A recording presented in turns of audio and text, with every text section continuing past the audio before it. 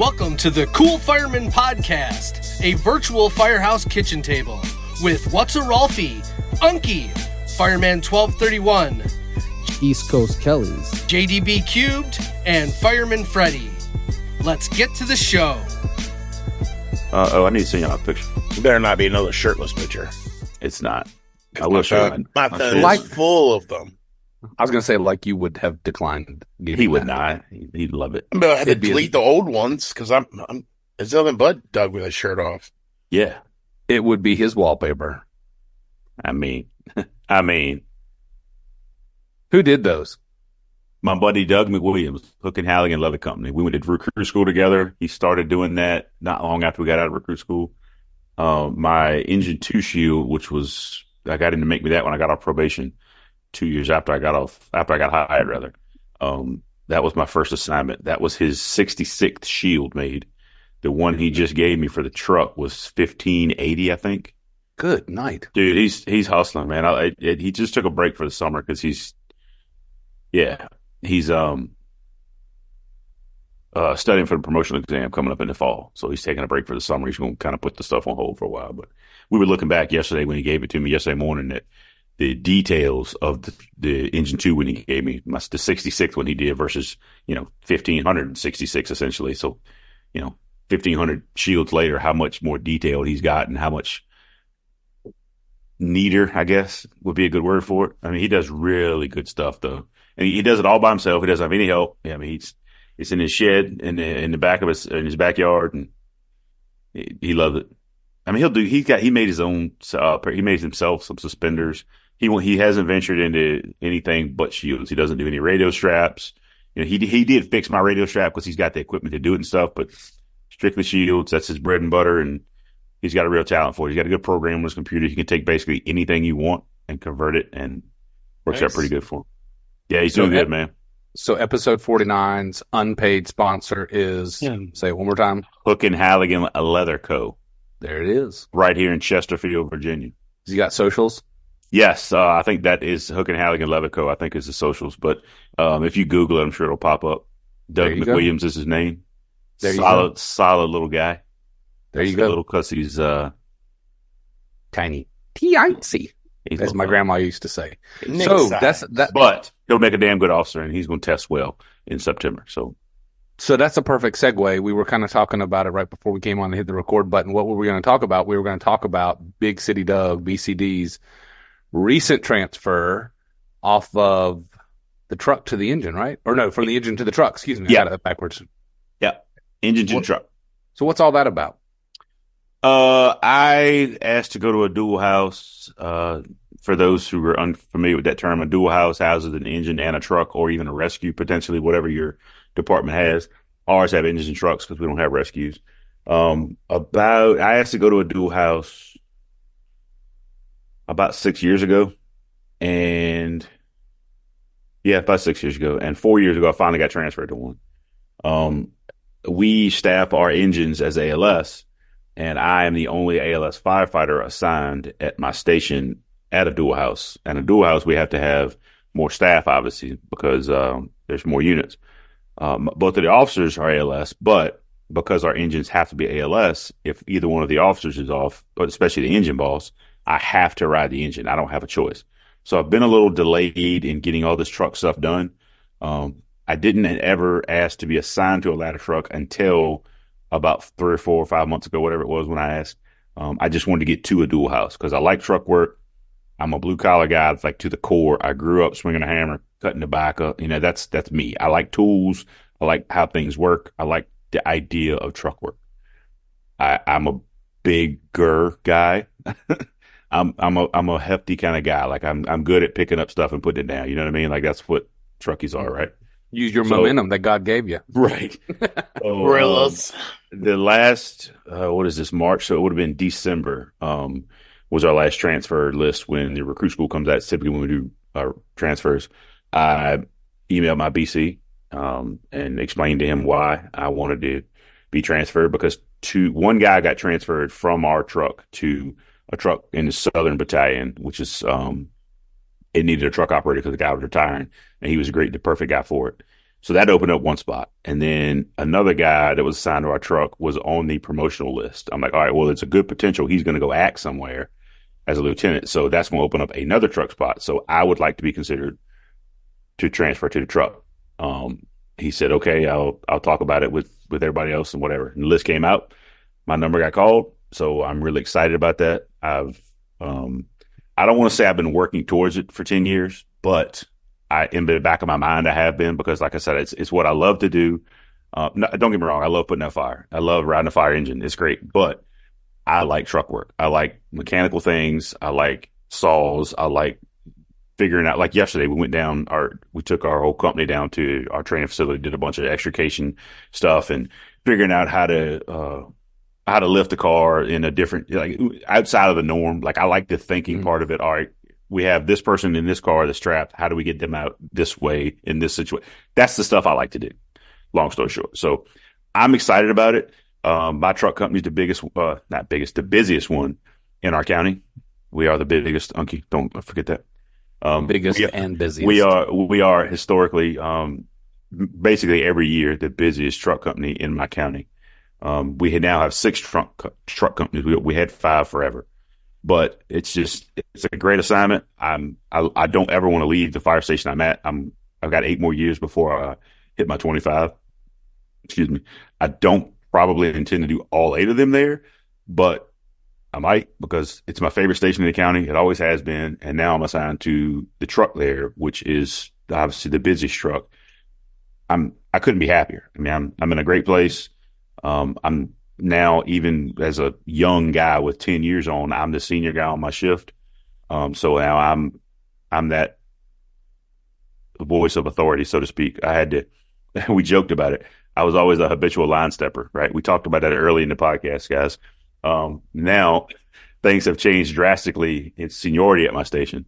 So I literally handed the baton to another guy at work the other day, and the captain just busted out laughing. He said, "You know what? That's exactly right, because everything you used to do ignorant, he's doing now." So, well, I was just going to ask. So, if I'm understanding this correctly, you did not leave firehouses. You literally just moved your stuff to another truck. Correct. I am now assigned every day to that ladder truck. I got you. Yeah, I did not move stations. Well, that's pretty cool. And when I say ignorant stuff, it's not ignorant stuff. I was always a process challenger. I'll do basically whatever you tell me to do. But if it's something that I don't understand, I want you to tell me why I have to do it and make it make sense as to why we are doing it. I'm not going to do it just to do it. We're not going to do dumb busy work just to do dumb busy work. Make it make sense to me. Yeah. And now I've kind of fallen back from that. I don't challenge the process as much as I used to. I've given that to somebody else. So how do you see your ALS role changing on the truck? What do you think that means for you? That is a good question. Given our staffing standards, the truck company does not have to be ALS. It can be BLS. Right. However, again, whenever the engine boss is off, the captain at my shift is on, or the captain at my station is on my shift. So, if they are ALS, they're not going to ride the engine. They might every now and again. Another wrinkle into that is the truck boss right now, the truck captain, is on the BC list to be promoted. So we just had a BC retire, and we've got another one coming at the end of April, I think. So it's a really good chance he's probably gone within the next 6 weeks or so. So as far as my ALS goes, whenever the engine boss is off, Lieutenant Jones, I have to ride the engine. That's the only difference in it. I mean, we have a 10-hour medic Monday through Friday, and that's about it, unless she's off. Brian, I don't think I'm gonna. Granted, there is 3 firefighters assigned to the truck, and of course, we'll rotate who's taking the engine day. So yeah. It won't be a drastic thing for me. It'll be, instead of being 10 days on the truck like a BLS guy would be, or 9 probably, because he'd have to rotate his one day off. I'll probably get 6 days a month on the truck, if I'm being, maybe 7's a little on the high end. So you gave a lot of numbers, and I think I caught it, but I'm not 100% sure. Did you say you guys ride 3 on the ladder, or you ride 4? Ladder's 3. Ladder's 3, okay. Yeah, my engine is 3 during the day, 4 at night, and 4 on the weekends. Okay. And unless if right now we're a little heavy staffing because there's just not that many people taking off on annual leave. We'll have an extra at night, so we'll ride 4 and 4.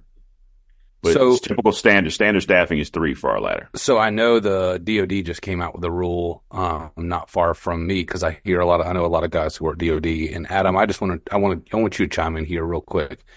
Are you part of that rule, the four minimum mandate? Yeah. Okay. So if you don't know about that, the federal Yeah, government, I was going to say, I don't. Give me some info on that. go, Adam. I'll let you spell it out.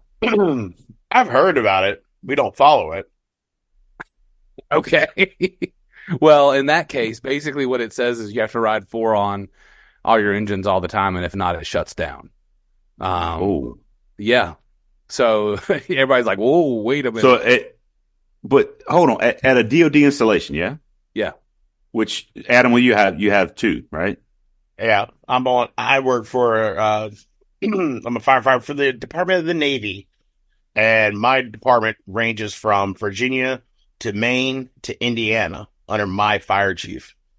Oh, wow. Everybody except for Washington, D.C. and Maryland. They've been holding out on the merge. All right, but at your base, you guys have we have 2 stations? Yes, we have 2 structural trucks. We must get a third one in the next couple of years for our program. We ride 4 on my truck, and we cross staff an ambulance. That's our normal operation.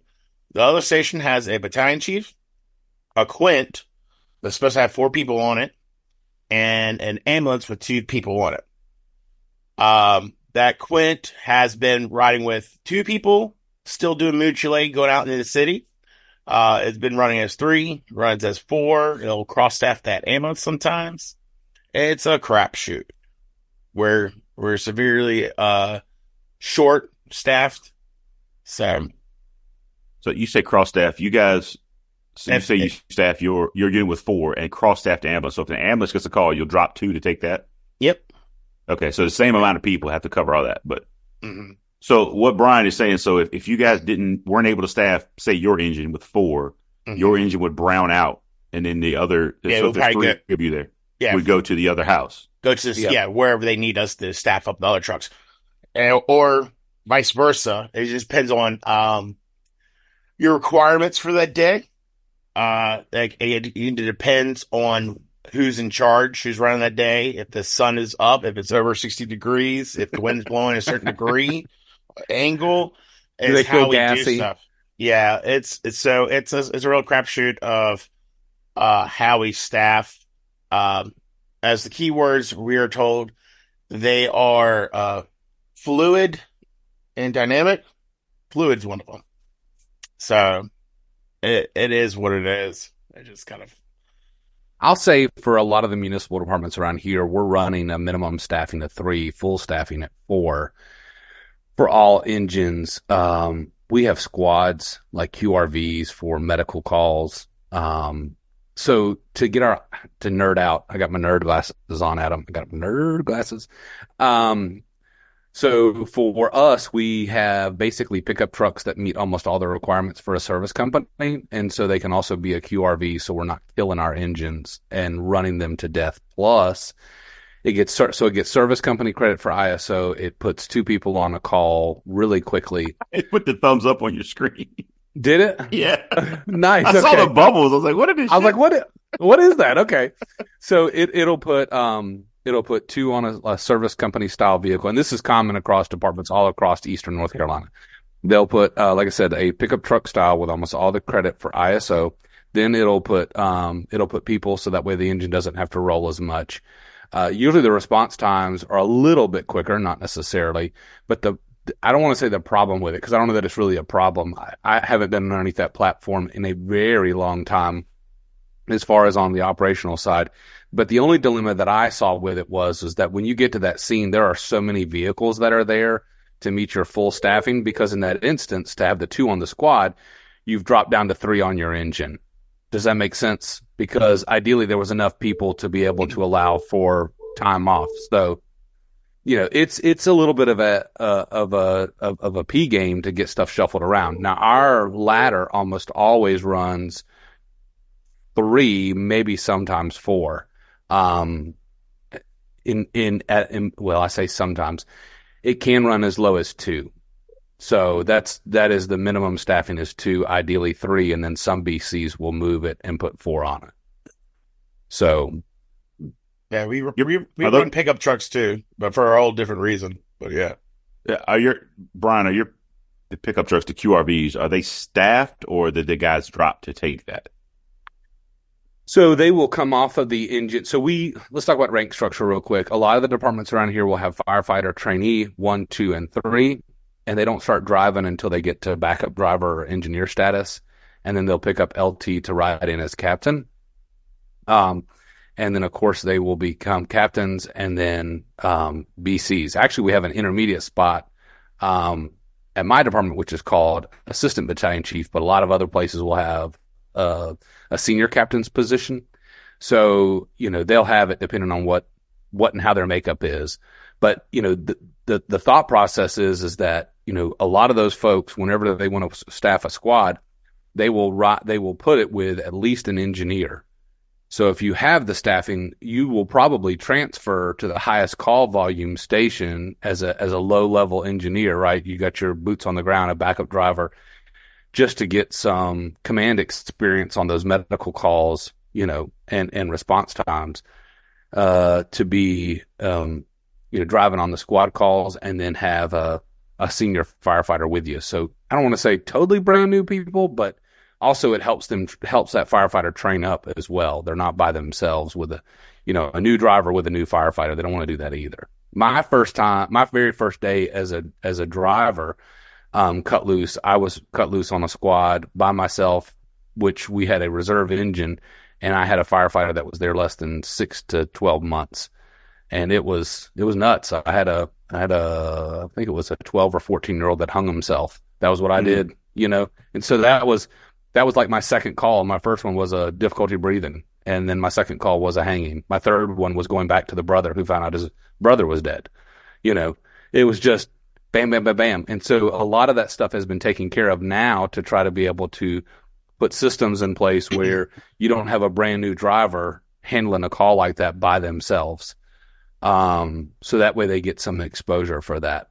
But yeah, it's a decent system. But like you said, Doug, you're like the senior guy on your shift with 10 years, man. Back then, the senior guys had like the senior drivers. They were like 23, 24, 25 years on the job. And it's not that way anymore at all. Yeah. The truck guy that left to take the truck spot down south, he was 18, I think is what he had, which he was a senior guy in the house at the time. I mean, granted, I'm not spitting on 10 years. 10 years is a pretty good amount of experience. And I feel like in my department, my 10 years have been pretty good experience-wise because I've been in a busy battalion. So I've been running a lot of calls. Well, somebody told me, it also depends on who you're with, right? Right. Because 10 years with a terrible captain, that's right. You can be a 10-year guy or you can be a 1-year rookie 10 years over. You know what I mean? That's right. And we have those too, and that's okay. We just deal with that. Mm-hmm. I was asking you call them QRVs? QRVs, yeah. We don't have those. We have some of our volunteer agencies that still run volunteer EMS for us have FRVs, but same type of thing. They may only have one ALS provider, and that it's easier to get there. Let's be honest. It's easier to get there in an Explorer or a pickup truck than a fire engine or an ambulance. So same kind of principle. It's just we don't have them on the paid department. They're on the volunteer side. Yeah, here in the Eastern North Carolina, it's amazing how many departments have those squads, QRVs, whatever you want to call them. My department happens to call them squad, but a lot of them will call them QRVs, and they're either, some of them may not need the service company credit, but we did that as a way to maximize our ISO. I mean, it's nuts not to put that extra equipment on it for the cost savings when you look at a 4-station department, just to try to bolster it for the sake of the citizens. That's kudos to a lot of different people. Yeah. Anything you can pitch to them as good for them, and not just pitch to them, but like present to them, like this is a legit good thing for you. Yeah. Because in the end, that's who we work for. That's who pays our salary. That's right. If we don't if we don't provide quality service, they're not going to vote for the right board of supervisors. The board of supervisors are not going to, whatever. That's all political. Yeah.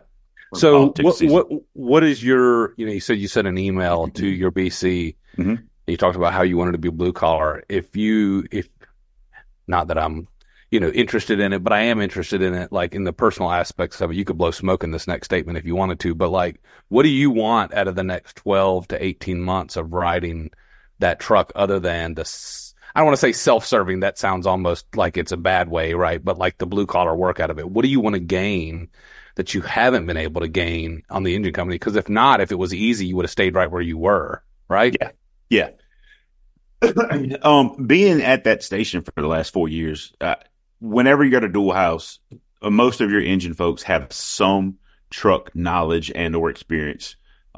Perfect example. About a month ago, we talked about this at our training yesterday. We ran a overturned on Chippenham Parkway, which is one of our limited access highways. Car was up on its side. Lady couldn't get out. We had to extricate her. Well, when the truck got dispatched, another engine and our truck got dispatched. I happened to be riding the truck that day. My captain said, "Hey, dispatch engine 9 on that, my engine company," because he had two guys on the engine that day who had some truck experience. I would much rather take 7 of us who have, and if we have 5 of us, great, who have truck experience. That's going to make that extrication go that much smoother. So the previous 4 years, I haven't just been straight, I'm engine guy. You know what I mean? I put the wet stuff on the red stuff. Mm-hmm. I've been learning truck stuff. I love extrication. I love like I said, the thought process that goes into it of how do we do this as simply as possible, as quickly and efficiently as possible, as safely as possible for not only the patient, but for us. I love trying to figure out that solution, right? That's a big deal for me. I love it. But what I hope to get from it is to, like I said, I've got just right at about 8 years until retirement, until I hit my 25. I said that, put it that way. I would like to get in the next 12 to 18 months, even 24 months, the knowledge to be that guy who's on a truck that when somebody's detailed in or when somebody has a question about whatever, they call company 9 and say, "Hey man, is Doug around? Let me ask him something." Because I know he's put his hands on it. I know he's done it. I know he's got a working knowledge, not just the textbook answer, because we all know the textbook, perfect scenario. We have picket plates now. It's a straight piece of metal. I don't know if y'all are familiar with a straight piece of metal, but that long. It's got 5 holes in it that we put 5 pickets in a row, right? I'm sorry. Now you can, the book answer will tell you that, the soil has to be this kind and it has this kind of pulling rate versus this PSI. And if it's got any clay, and I don't want to hear none of that, bro, because when the shit is hitting the fan, I don't need to think about that. I need to know how much has it rained in the last week? Are we in the southern part of the county? Are we in the north? Are we on asphalt? Are we on concrete? Are we on gravel? Are we on, whatever, right? Like all those variables. We need to know the real life work of how is this going to factor into what we're doing right now. Well, and all that stuff, there's minimum limitations and there's maximum limitations. And I think that's what you're talking about, right? Right. Yeah. I want you said boots on the ground earlier for something that completely unrelated, I think. I want the boots on the ground answer. Give me the practical answer of how do we make this work efficiently, safely, and effectively. I don't want to hear about, this thing is rated for blah, blah, blah. I don't want to hear that. I don't want to hear it. What's going to work when I need it to work at 3 a.m? We talk all the time about the 3 a.m, you ain't got to think about it thing. That's what I want. When I go out for an extrication at 3 a.m. and I'm half asleep or whatever, I say half asleep. It's not too far fetched to think that people are a little groggy within 4 minutes of waking up to arriving on scene of, all right, what do we got to do here? Yeah. I want to fix it as efficiently and safely and without violating procedure as possible. And I want to be that guy that anybody who's around me on my surrounding stations who I'm going to run calls with say, "Hey, Doug, hypothetically, that wreck we ran yesterday, if that car had been upside down, what would we have done?" I want to be that guy in 12 to 18 months to tell them, from my truck company perspective, this is what we would have done, because that's going to make them better. So the next time we run that wreck, if it is overturned, that same company is like, "Hey, I remember when Doug said so-and-so, we need to do this." So if I'm not late getting there, but if I'm second or third getting there because we dispatch a battalion and a medic and all that stuff on these overturns, if I'm 2 minutes behind the engine getting there, when I get there, I can depend on that engine company that I've already talked to, hey, I've already got step shocks in place and I've got a sliding bowling or a voodoo hitch or whatever set up to keep some pressure, because we've talked about those things. It makes my job easier. It makes them look better. And it's all about making the citizen or whoever is in that vehicle, whether they live in our county or not, that person, that patient, giving them the best chance of whatever outcome we might have. Yeah. We talk information sharing is what I'm getting. Sure. At. I just knowledge sharing. It's I said all that. I say that to say this. Yeah. You talk. I mentioned the minimum and the maximum. I had a captain who that was his thing. He didn't want the sales answer of the maximum of what it could do and everything else. He wanted minimum because he knew if he couldn't achieve the minimum, he didn't want it. He knew he needed additional resources. He needed. If I can't get right here, I'm not even thinking about here. That's right. It's common sense, man. Yep. It ain't rocket science. Right. That was his thing. It's bottle rocket science. I mean, if I can't get right here, let's not look up here. Right. Yeah. And that was it. Yeah. There it is. There's the promo. No doubt. Hey, I want to loop in Unkie for a second because I thought about something. It sounds like you guys, real quick, Doug, and you can chime in now or after Adam does his, but it sounds like you guys have, we talked about squads and QRVs and things like that. You guys have some specialty units, probably like an air unit or maybe a hazmat or things like that. But the majority of the work is done off of engines and trucks. It sounds like, Is that right? Okay. Yeah. So Adam, on a very much smaller scale base, I've got a good note on that. Carry on. All right. So my question is, do you guys circle back and call in mutual aid based off of those requests, or do you have to wait for another base or another installation? How does that work? Kind of depends on what it is, what's going on, and the level of the emergency. Right. If it's anything we're going to need, like a high angle rescue, we're gonna try to do what we can, but we'll call the city in. If it's a major hazmat, like I like to say it as like immediate response, it's the city. If it's something that it's not an immediate response, we're going to call it another base that has our hazmat team, and they're going to come, and then we will all work together and do the hazmat stuff.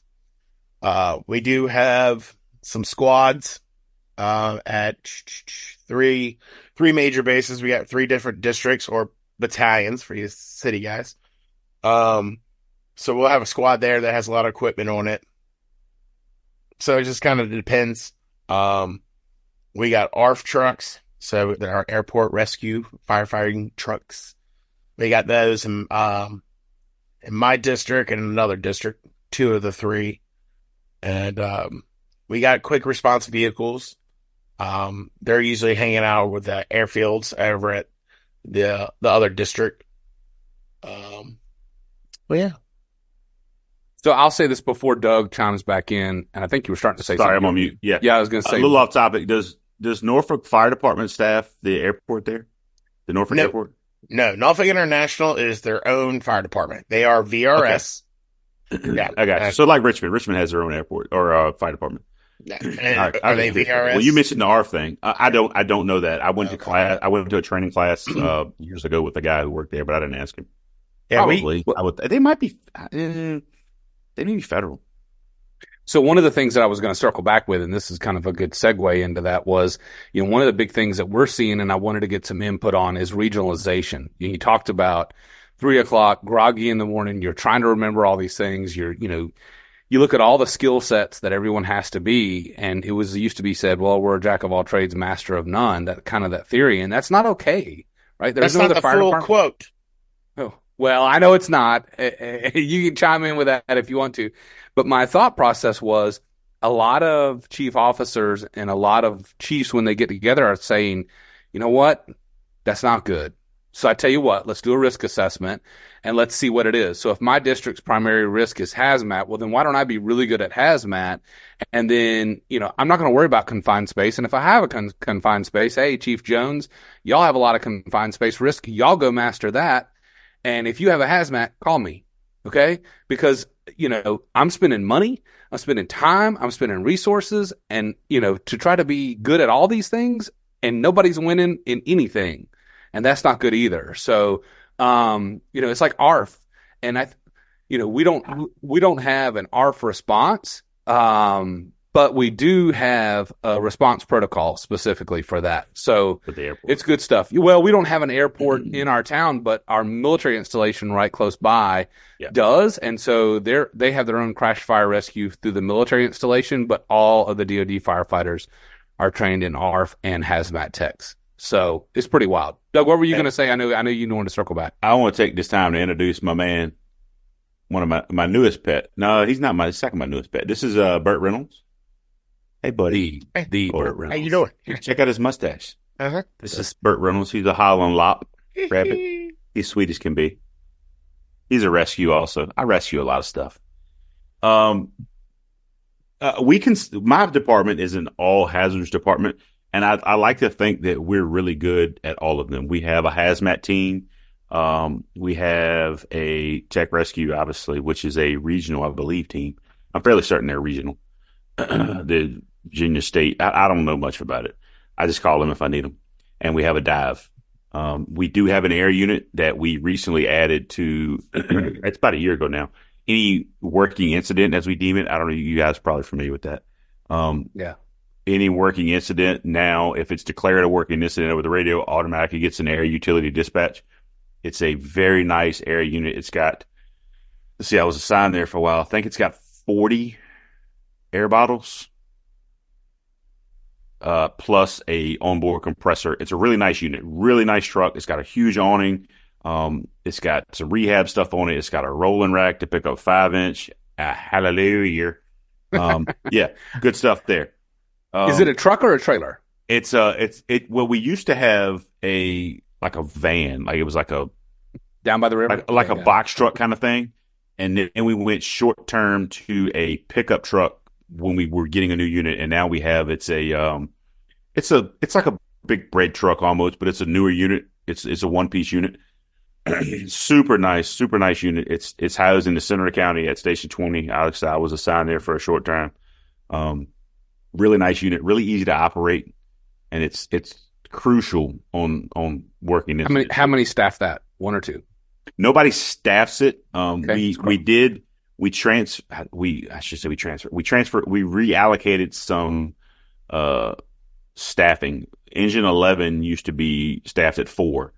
Now engine 20, where air utility is housed at, is staffed at 4. And if there's a working incident where air utility has to respond, the 4th drops off of the engine and takes it. So it's not staffed every day, or else that would be like gravy. You know what I mean? Yeah. But yeah, typically everybody at Station 20 is, and most surrounding stations are certified to operate it. Like I said, it's really simple. It's a cascade system on wheels, basically. Yeah. If you're familiar with that. I mean, it's simple to operate. Just keep it away from the smoke when you're operating the compressor. Simple as that. What I was going to come back to, you mentioned, some staffing stuff about going to, the amount of engines or something assigned to a call or something of that matter. Yeah. We recently we changed some of our dispatch protocol for structure sizes and what they required per dispatch. And a lot of the truck companies in the county, despite that, have started saying, hey, send a second truck company. Because even if we get 2 truck companies, if you got 2 truck companies going to a structure fire, you've got 5 or 6 engine companies. So let's call it 5. That's 15 to 6 firefighters, right? Who's going to wear out the fastest? The 6. Yeah. So we've gotten really good about adding a second or even a third truck just for staffing because, granted, engine companies still do some overhaul, but there's a lot of truck stuff that engine companies don't do, and you're going to just destroy those truck guys going through 3-4 bottles like that. Why are we doing that? When we have the resources, my department's answer to a lot of things is resources, because we have that luxury. God bless our taxpayer base, our tax base, and our fire chief, who's been amazing about this stuff, getting us the money and the resources we need. That's our answer. We can solve almost every problem we have with resources. Why don't we utilize that more? Like, why am I killing myself on a fourth bottle when I could have, hey man, go get some? Because by the fourth bottle, like we're probably winding this incident down. You know what I mean? Right. But I am toasted. And if I burn through 4, I don't give a damn how fit you are. You're not much good for the rest of the shift. Yeah. So what's your rehab protocol?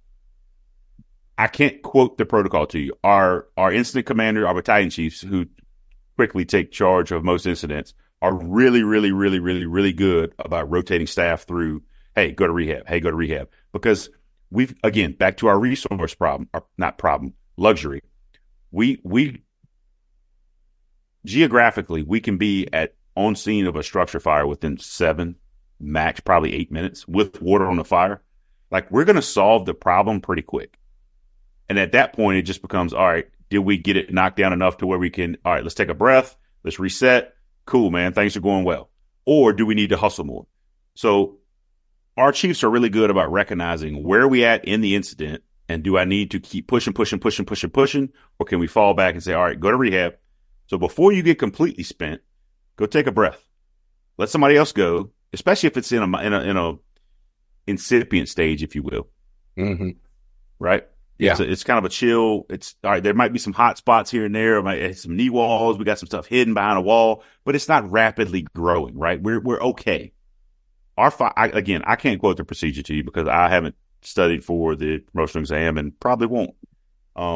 But our chiefs are really, really good about that. We have a huge rehab unit that we can bring. Also, it's stationed at Fire Station 21. Wait, 25. Yeah, 21, which is kind of central. Our medical services unit. It's a big bus. Great, especially in the wintertime. Oh my God, it's great in the wintertime. It's basically like a tour bus. Yeah. Yep. Toilet. How about coffee, you? Hot cocoa.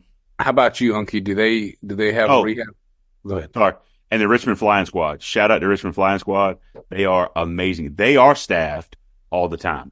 It's usually a bunch of retirees. I know one of our battalion chiefs, Tally, is one of the guys up there that does a lot of stuff with that. But they've gotten really good about responding to incidents in the county for us. And they have an entire rehab unit that any working incident in the city of Richmond, they go. And they've got freaking big old blower, propane heaters. I mean, you name it. They've got it. It's amazing. Flying Squad, good stuff. Look them up. How about you? Sorry. I was going to say, how about you, Adam? What do y'all have for? Ryan, you're a great moderator. I'm trying. You're like Ricky Gervais, only not weird. Larry King, if you just knew how I was over here breaking wind. Yeah. So, Kansas City, hello. Paul Harvey. A little bit of flatulence. Paul Harvey. Good day. So Adam, what about y'all? What do you guys have for rehab? What do you have a protocol, or do you just wing it? We have a cooler on the truck. Here's some ice water. If you're lucky. Hey, it might be a little moldy. Hey, and if it's summertime, it's warm bath water is what it is. That is it's not protocol, but it's kind of standard practice. Every morning, I don't care what day it is, winter, summer, whatever. Yes. The engineer for you guys, our driver, do fresh ice and water. No, ours is our rookie. Our rookie does it. Yes, our rookie does. The one on the unit, the driver gets.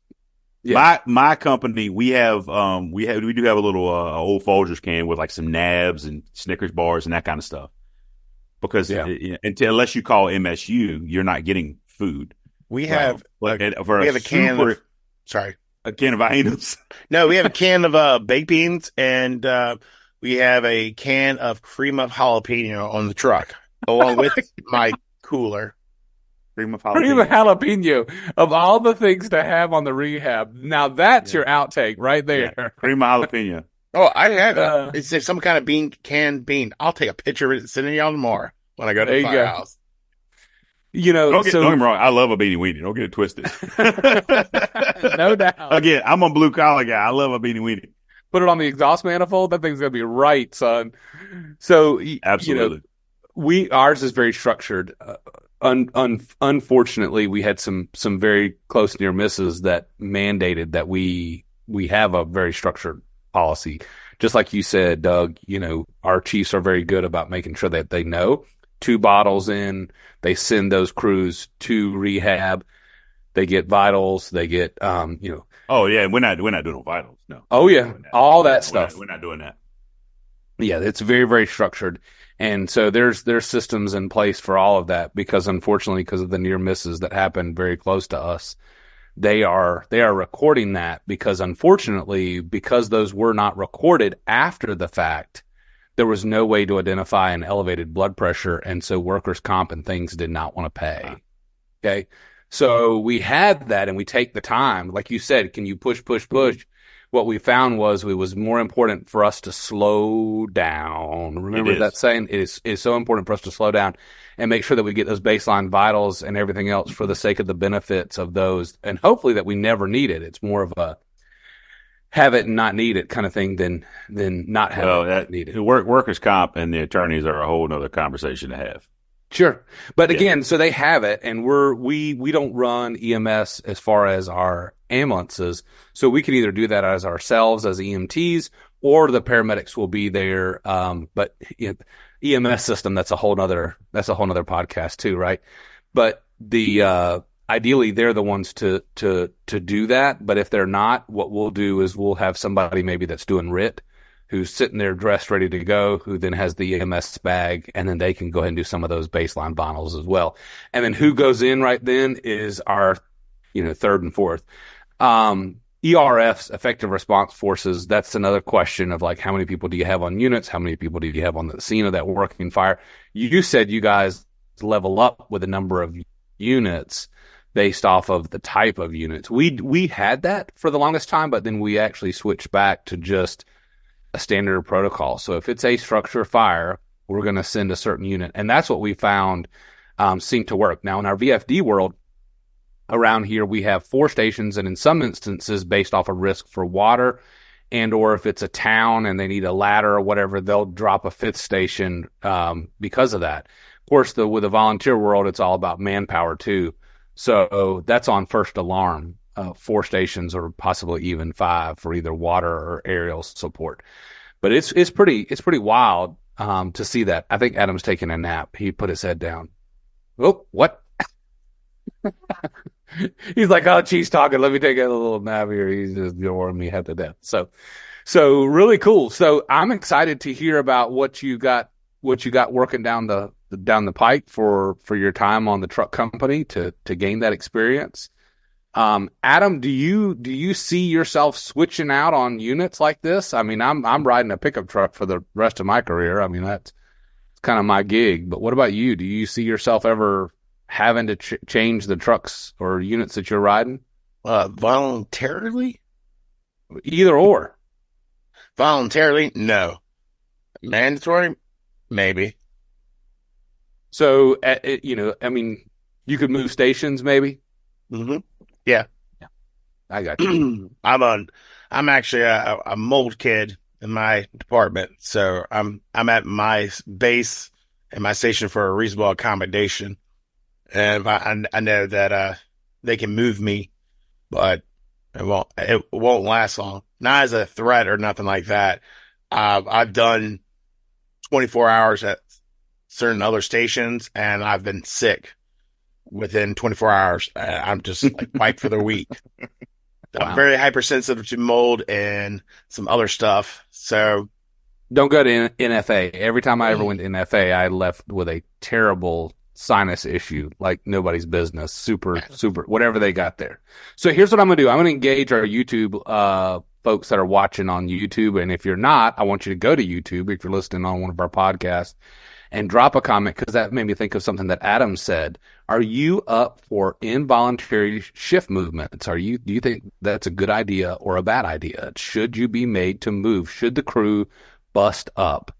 And that maybe could be something that we talk about in another podcast based off of the feedback that we get in this episode. I have my own personal opinion about it. I stayed with a crew for 3 or 4 years, and then I moved to a crew that I really didn't care for. And so anyways, that's a conversation for another podcast, but drop a comment, or in the socials, and let us know what you think about, should crews be made to move around? Should they do it for what they think is better or not? Doug asked to be moved. What happens when your supervisor says, this isn't about you and what you want, it's about what's best for the department? Do you think that that's a good idea? Yes or no? So drop a comment in there and let us know about that. So what else we got, guys? We've been going about 30, 45 minutes now. Got anything else? I got two small things. Nothing we really need to talk about. Tomorrow, all right, let me start with the other one first. This past week, my department, we got a grant to do the gallery cancer screening, which was awesome. I'm excited about that. As a man who has lost both of his parents young to cancer, one at 42, one at 67, I am super into this thing. I'm really proud of my department for taking the initiative to say, hey, we would like to be considered for this grant. I hate that our retirees were not covered in that. They had to pay, I think, $650. It was HSA eligible, but I hate that they had to pay for it. But again, hopefully this opens the door to maybe the next time, most for us or whoever, maybe the next department will include their retirees or within 10-year retirees or whatever. So I'm really excited about that. 2 to 3 weeks, I should know. I'll get an email if it was negative. It tests for like DNA markers and stuff like that and all kinds of stuff. Like, they gave me a whole brochure of stuff it looks for. And if not, I'll be contacted by my medical director. And at that point, I'm going to be nervous. And secondly, tomorrow I will begin a week of training at the Metro Richmond Public Safety Leadership Academy. So I'm excited about that. I start that, that'll be Monday through Friday. So I'm excited about that. So yeah. What obviously leadership, air quotes, is going to be the topic, but have you looked at the agenda? Is there anything that you're super stoked about that looks like it's on? I've been to the Henrico Fire Officers Academy 4 or 5 years ago now, I guess it was. Probably 5 years ago. So a lot of it's similar to that. It's more of how to be a good supervisor, how to be a good leader, how to manage your people respectfully, but tactfully and appropriately, and not cross lines and that kind of thing. I got you. Yeah, I'm looking forward to it. My battalion chief sent out a feeler for, hey, is anybody interested in this? I was like, all right. Sign me up. I don't think I'm going to test for promotion, but every department needs good senior men or women, good senior firefighters, put it that way. I don't want to desensitize any, whatever. And I don't know that I'm going to test for promotion, and that's okay. I can still be a really good senior guy. And that's right now, that's all I want to be. And if that changes, cool, man. But right now, I want to be the best I can be at that. Back to that 18 to 24 months thing. I want to be the best I can be right now. Yeah. I was going to say, I heard in a podcast, leadership podcast, fire service leadership podcast, is it said two things. You didn't have to learn leadership to wear the brass on the collar. And number two is you didn't have to wear brass to hold your leader accountable, but you did need to know about it. And so putting yourself through those things is a good thing, to understand expectations, to understand what's needed, right? And how to have a conversation with that leader when they're not bringing it, right? So back to something I said earlier, I was a process challenger. Now I want to understand the process. And I shouldn't say now. I've always wanted to understand the process. But now I'm more understanding and knowing and wanting to teach the process as opposed to challenging the process. And I've always been a firm believer that your leaders are your boots on the ground. I don't care where you're at. I don't care if it could be McDonald's. The people who lead are the people on the ground, the people who are doing the legwork, the grunt work. Those are your leaders. Yeah, I saw a TikTok little video where the CEO of Advanced Auto Parts, or one of these auto parts stores, Advance or AutoZone, whatever, had basically said that if it wasn't for the people in the stores, there would be no Advanced Auto Parts. Yeah. Think about it. He said, it's not about our commercial accounts. Those people are fine. It's for the lady who comes in that's late for work, that battery is dead, and is having the worst day of her life. And I thought, oh God, doesn't that sound familiar, right? Like, that's the fire department all day long. Yeah. He's like, and how our customer service reps handle her is how she interacts with her employees the rest of the day, which is a domino effect, which also tells a story of how we're going to be remembered. Will she come back? Will she not come back? And so it is about true leadership and making sure that they understand the impact that they have day in and day out. It ain't it ain't rocket science. It's bottle rocket science. Yep. It ain't here, man. It's here. Yep. I came from softball practice, like literally ran in the door to start this. I tell my girls all the time, if you can't do the big things right until you do the little things right. That's when right. you start throwing the ball correctly, when you start your mechanics correctly, when we start doing things right, the little things, all the big things will take care of themselves. Same thing. All fall into place. That's a perfect example. If that advanced auto employee, like you said, at 8 o'clock in the morning, Susie Homemaker is driving to work and her lights start going dim because her alternator's dying or bad, whatever. That advanced employee is literally setting her tone for the rest of the day, because to her, that's could be the worst day of her life. Right. We're probably stretching there, but regardless, it's certainly the worst part of her day right now. Right. Or she is setting the tone for that person and their interaction and their, the rest of their day. Yeah. Same thing, man. Yep. And it's a good thing. Sometimes people just assume that they have, little to no impact on what they do, but in actuality, it's a huge impact. So, Hey, special shout out to Ricky Bird, if we can. He is one of our Muncie, Indiana, I believe. Is that right? Yeah, from Muncie, Indiana. So he is one of What's from Muncie? There's a tractor manufacturer in Muncie, right? Talk to me, Goose. I do not know. Ricky will know. Ricky will know. Hey, Ricky, drop a comment. Let us know. Ricky will know. What's in your hometown? What's Muncie known for? Yeah, so shout out to him. He is one of our faithful listeners, and so we just wanted to give you a shout out. We're going to try to do that. So make sure that if you listen to us, you like it, you share it, whatever, we'll give you a shout out in the podcast. Hey, make sure you subscribe, because next episode is going to be episode number 50, the big 50. What? That's how old Doug is. No, goddamn. I almost cursed on the Lord's Day. I'm the oldest guy on the podcast. I didn't think Brian was younger than me. Yep, I am. No, by a year and some things. Still, shit, I'm the old guy. I'm the senior guy on the podcast, too. Hey, and you know what? Shout out to Fireman 1231, our boy.